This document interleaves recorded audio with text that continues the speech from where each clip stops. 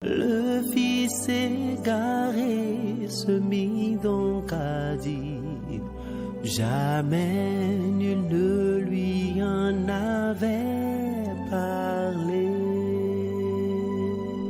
Apostolat Time, c'est une émission de Homo Voice consacrée au ministère de la foi. Apostolat Time, c'est la parole de Dieu par un oint de Dieu pour le peuple de Dieu.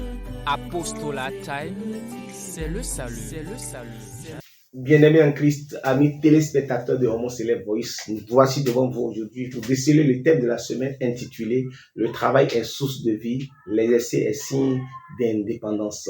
Prions le Seigneur, Jéhovah, Jésus-Christ, Saint-Michel, Dieu des cieux, c'est toi la parole, descend parmi nous, dispose les cœurs à pouvoir écouter ta parole et la mettre en pratique au nom puissant de Christ. Amen. Amen. Amen. Au nom de notre Seigneur Jésus-Christ. Bien-aimés en Christ, amis téléspectateurs, nous voici sur l'émission Apostolat Time pour développer le thème de la semaine intitulé le travail est source de vie, les essais est signe d'indépendance. Qu'ils nous souviennent que ce thème est intervenu en prélude à la fête du travail, qui est pour le 1er mai, à la fête du travail, qui est pour le 1er mai.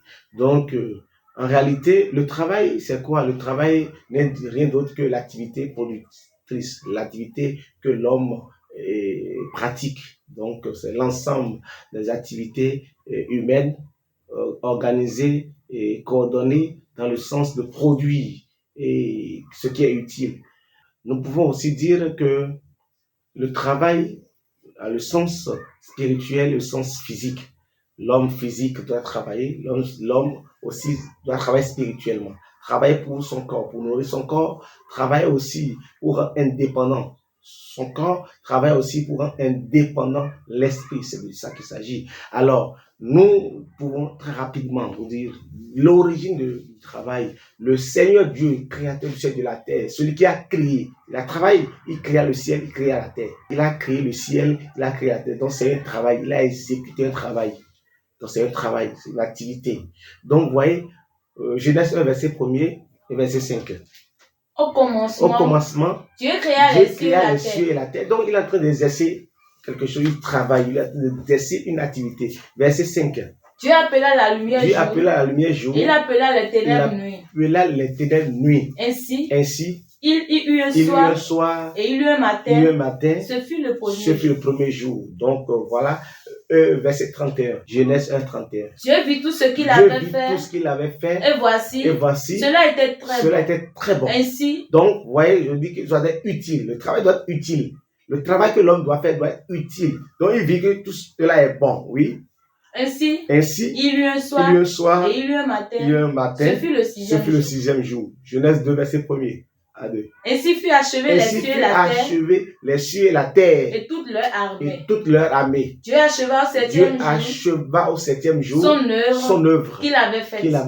Et il se reposa au septième jour. De toute son œuvre. Donc, Dieu a pris 6 jours pour créer le ciel et la terre et toute l'armée qu'elle renferme. Donc, voilà. Nous pouvons dire rapidement que lorsque Dieu a créé le ciel et la terre, qu'est-ce qu'il a fait? Il a cultivé le jardin d'Éden, il a mis l'homme qu'il a créé dans la position, Adam et Ève. Adam et Ève ne travaillaient pas. Mais lorsque Adam et Ève ont péché, lorsqu'ils ont péché, Dieu a instauré une loi. Puisque Dieu a commencé par travailler lui-même.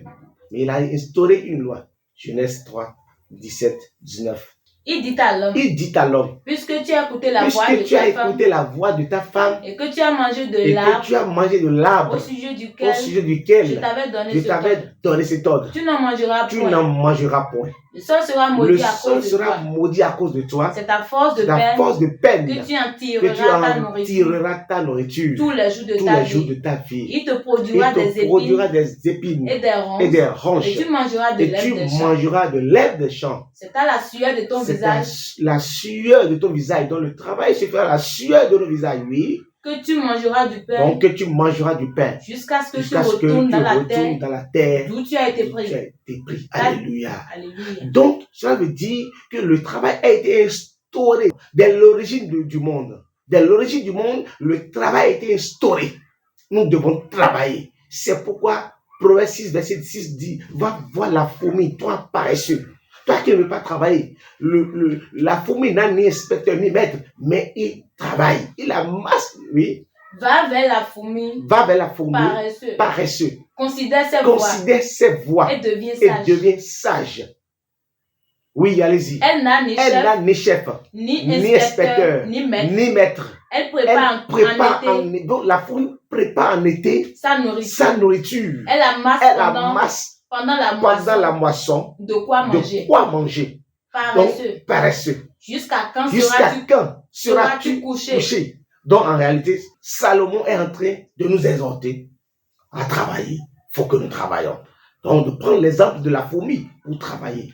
Nous devons travailler.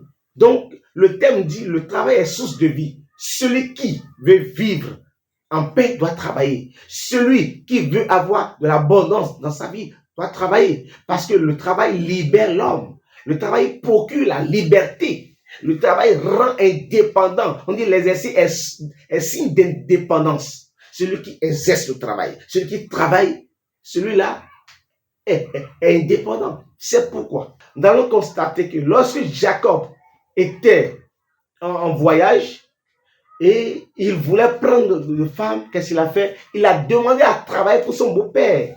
Genèse 29, verset 18. Jacob aimait Rachel. Et il dit, je te servirai 7 ans.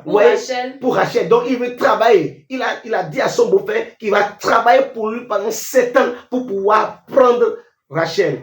Alors, c'est comme ça. Donc pour pouvoir prendre Rachel, il veut travailler pour être autonome, pour être libre, pour ne pas être esclave de son beau-père. Il prend maintenant Rachel et se libère de son beau-père. Mais lorsqu'il a fini ses 7 ans, il était question qu'on ne devait pas prendre Rachel, mais qu'on devait prendre Léa. 26, 27, oui. Laban dit, ce n'est point la coutume. Dans ce lieu de donner la cadette avant l'aîné, oui.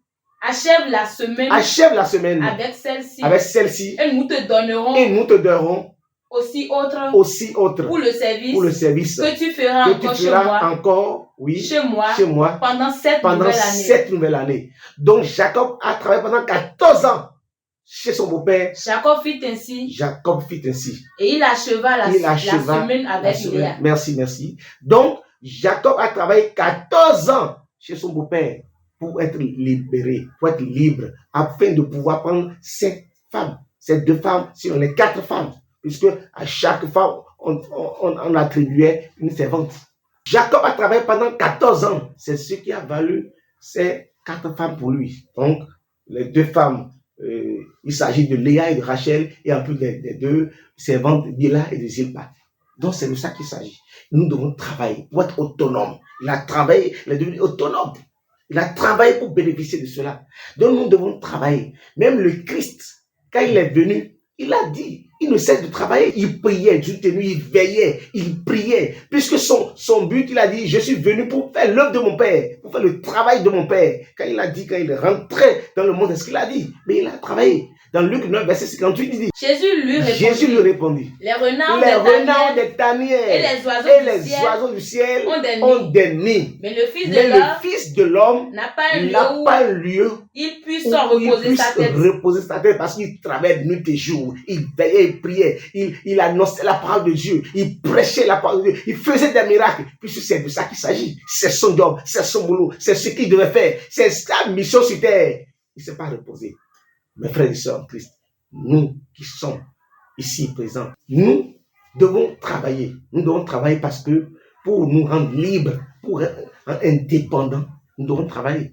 Paul, qui a été missionné aussi pour l'œuvre, il a été missionné, mais il a dit qu'il a travaillé lui-même dans Actes 20, versets 33-35. Lui, oui. Je n'ai désiré ni l'argent. Je n'ai désiré ni argent, ni l'or, ni les vêtements de personne. Vous savez vous-même que ces mains ont pourvu à mes besoins. Et à ceux des personnes qui étaient avec moi.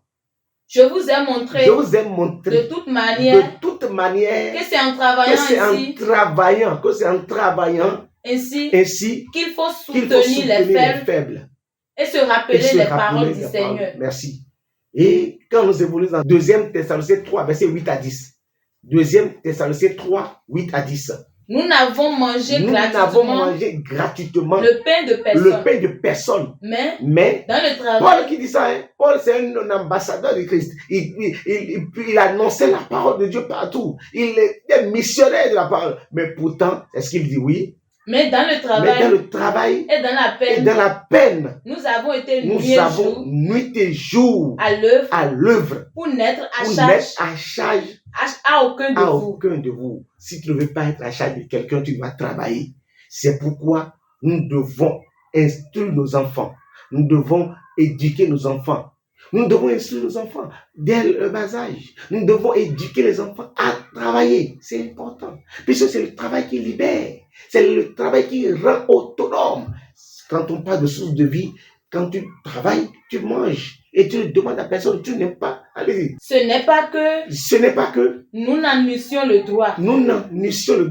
Mais nous avons voulu vous donner en nous-mêmes. C'est Paul qui parlait. Nous avons voulu vous donner en nous-mêmes un modèle à imiter. Car lorsque nous étions chez vous, nous étions chez vous, nous vous disions expressément. Si quelqu'un ne veut pas travailler, qu'il ne mange pas. Cela veut dire que quand quelqu'un veut manger et bien manger, qu'il apprenne à travailler, bien travailler. Là, il va mieux manger. Donc, Paul, il travaille, il veut que nous limitons, nous adressons aux chrétiens, bien sûr. Alors, c'est pas parce qu'on est chrétien qu'on va délaisser le travail au profit de Dieu. Pour dire non, je suis à la charge de Dieu. Non, tu dois travailler. Oui, allez-y. Le verset 11 de 2 Thessaloniciens 3. Oui. Nous apprenons cependant qu'il y a parmi vous quelques-uns qui vivent dans le désordre, qui ne travaillent pas, mais qui s'occupent des futilités. Quand tu ne travailles pas, tu dois s'occuper des futilités. Tu seras à la charge des gens. On va te ridiculiser. Tu seras dépendant des gens. Tu seras dépendant, tu ne seras pas autonome, tu ne seras pas indépendant. On dit l'exercice est signe de dépendance, oui. Nous invitons ces gens-là. Et nous les exhortons. Par le Seigneur Jésus-Christ. À manger leur propre pain. En travaillant paisiblement. Alléluia. Nous devons travailler. Quand tu travailles paisiblement, tu seras indépendant, tu seras autonome. C'est de ça qu'il s'agit. Donc, pour être indépendant, comme le thème l'a dit, nous devons travailler et travailler paisiblement et bien travailler. Il y a des travails aujourd'hui qui n'honorent pas un chrétien, qui n'honorent même pas un être humain. C'est pourquoi on dit le travail dans la définition est tout ce qui est utile, toute activité humaine coordonnée, qui est utile. C'est ça qu'on dit, qui est utile. Donc, il faut que le travail soit utile. Alors, quand nous travaillons, pour notre corps, pour notre aisance et pour le Christ, nous devons travailler aussi pour le Christ, pour la vie éternelle. C'est pourquoi Paul aussi, malgré qu'il exerçait le métier qu'il a appris, il était aussi au service de Dieu. Et il apprenait aussi à Timothée, son bien-aimé, de ne pas négliger le don qu'on lui a donné. Parce que tu es au boulot, tu laisses l'œuvre de Dieu. Non, les deux doivent aller de pair. Les deux doivent aller de pair. Tu dois faire l'œuvre de Dieu et tu dois travailler aussi pour être indépendant, pour nourrir ta famille, ta petite famille. Et pour, la Bible dit quelque part que tu peux aussi aider les faibles en travaillant. Dans Acte 20, verset 35, en travaillant ici, tu aides les faibles. Tu nourris ta famille. Et aussi, il dit à Timothée dans 1 Timothée 4, verset 14, 1 Timothée 4, 14. Ne néglige pas le don. Ne néglige pas le don qui est en toi. Qui est en toi. Et qui t'a été donné. Par prophétie. Avec l'imposition des mains. De l'assemblée des anciens. Oui. Allez-y. Occupe-toi de ces choses. Donne-toi tout entier à elle. Afin que tes progrès soient évidents pour tous. Veille sur toi-même. Et sur ton enseignement. Persévère dans ces choses. Car en agissant ainsi, tu te sauveras toi-même et tu sauveras ceux qui t'écoutent. Donc, le don que Dieu t'a donné, c'est la prédication. Il faut l'exercer. si c'est la prophétie, il faut les essayer. Si c'est la chanson, il faut les essayer. Si c'est le son, il faut les essayer. Par le rêve, par le son et le rêve, Joseph a pu obtenir ce poste, le premier ministre en Égypte. Il faut le faire. Ce que Dieu t'a donné, fais-le. Il ne faut pas négliger aussi le don que Dieu t'a donné. En faisant ainsi, tu auras une place parmi tant d'autres. Et tu auras une place ici, non seulement ici, une place dans le ciel. Que Dieu nous bénisse. Amen. Que Dieu nous protège. Amen. Mais bien aimés en Christ, pour conclure ce thème, nous devons travailler, puisque c'est Dieu même qui a travaillé. Il a instauré le travail. Il a dit à Adam et Ève, allez travailler. Et lui-même, il a donné un exemple. Donc, il a travaillé. Il a travaillé, il a créé le ciel, la terre, tout ce qu'il a fait. Donc, il a travaillé. Et c'est ça qui lui a rendu indépendant. Il est au-dessus de tout. Il a fait l'homme, c'est lui qui a créé l'homme, il a tout créé. C'est pourquoi nous aussi, nous devons imiter Dieu à travailler. Mes chers bien-aimés, nous devons travailler. Comme le thème l'a dit, le travail est source de vie. Nous l'avons constaté. L'exercice est signe d'indépendance. Nous l'avons constaté. Nous devons travailler. Nous devons exhorter les uns les autres à travailler et bien travailler pour être indépendants. Que Dieu nous bénisse. Nous travaillons pour le corps et nous travaillons pour l'âme aussi, notre esprit. Nous l'avons constaté et le cantique 232, nous l'avons dit.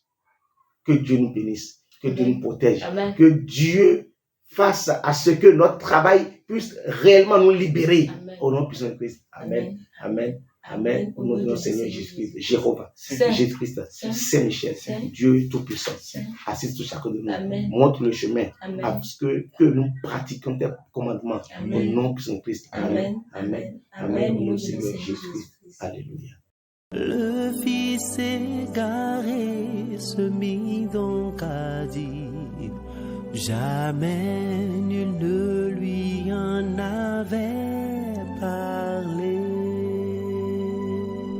Apostolat Time, c'est une émission de Homoselect Voice consacrée au ministère de la foi. Apostolat Time, c'est la parole de Dieu par un oint de Dieu pour le peuple de Dieu. Apostolat Time, c'est le salut.